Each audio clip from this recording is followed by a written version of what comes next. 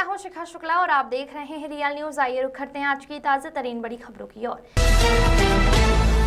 खबर जनपद उधम सिंह नगर के खटीमा से है, जहां झनकैया में एक दर्दनाक सड़क हादसा हो गया, जो झनकैया पुरानपुर मार्ग पर बगुलिया निवासी एक बाइक पर सवार 3 युवक मवेशी से कटरा गए।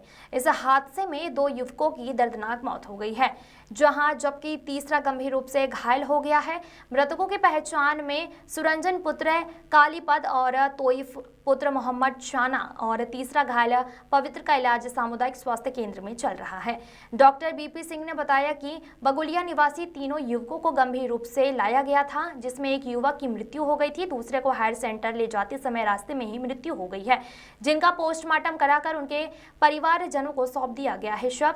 वहीं एक युवक गंभीर रूप से घायल है, जिसका इलाज हमारे यहाँ किया जा रहा है।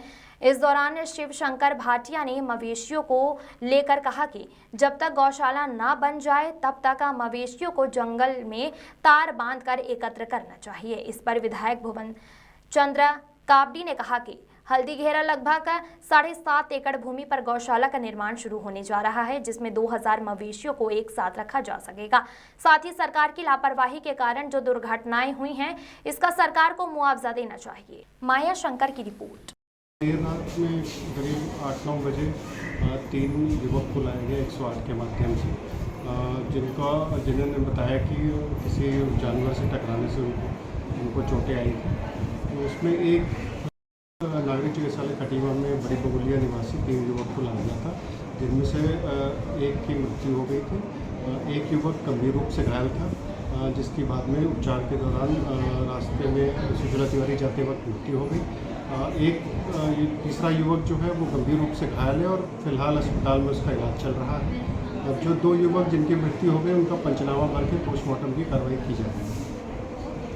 देखिए, जिस हिसाब से सरकार में गौ रक्षा की बात करी जाती है, गौ माता की बात करी जाती है, वो सिर्फ किताबी बातें हैं, धरातल में कहीं नहीं दिखाई देती। और उसके कारण आज सड़क पर कई हादसे हो रहे हैं, जिससे कई लोगों की मृत्यु हो गई है और लगभग महीने में एक आध एक्सीडेंट ऐसा जरूर देखने को मिलता है और कई जगह पे जानवर घायल मिलते हैं। गौशाला का निर्माण पहले दिया में हुआ था, वो गौशाला बह गई, तब भी हमने कहा था कि वो गौशाला ठीक जगह पर नहीं है। प्रतिवर्ष बाढ़ आती है और वो गौशाला को बह जाने की आशंका रहेगी और वो बह गई। और आज हम लोग तेज़ी से 7.5 एकड़ में हल्दी पे गौशाला बना रहे हैं और मुझे लगता है कि आने वाले 1-2 महीने में वो 7.5 एकड़ पर वो गौशाला बनकर तैयार हो जाएगी, जिसकी कैपेसिटी लगभग 1500 से 2000 जानवरों की होगी। और उसके बाद जो है कि मुझे लगता है कि इन सब चीज़ों से निजात मिल पाएगा, लेकिन व्यवस्थाएं ऐसी होनी चाहिए जिससे कि इंसान और जानवर दोनों सुखी रहे, दोनों घायल ना हो, दोनों की मौत ना हो। देखिए, सरकार को जो भी सरकार की कमी के कारण जो भी एक्सीडेंट होते, जो मौत होते हैं, मुआवजा मिलना चाहिए। अगर जानवर के कारण कोई एक्सीडेंट हो रहा है और जानवर इसलिए बाहर घूम रहे हैं हमारा कि गौशाला नहीं बन पा रही, तो सरकार को उनके परिवार को राहत राशि देनी चाहिए, उनकी जो है व्यवस्था करनी चाहिए।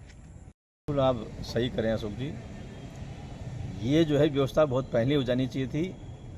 इसके लिए जो है सरकार को गौशाला पहले सरकार ने कहा दिया में बनाया, तो दिया में पूरा जो है बाढ़ के चपेट में आकर के वो बह गया। उसके बाद अभी उसको नौसर साइड में जो है फिर गौशाला बनाने की बात आ रही है।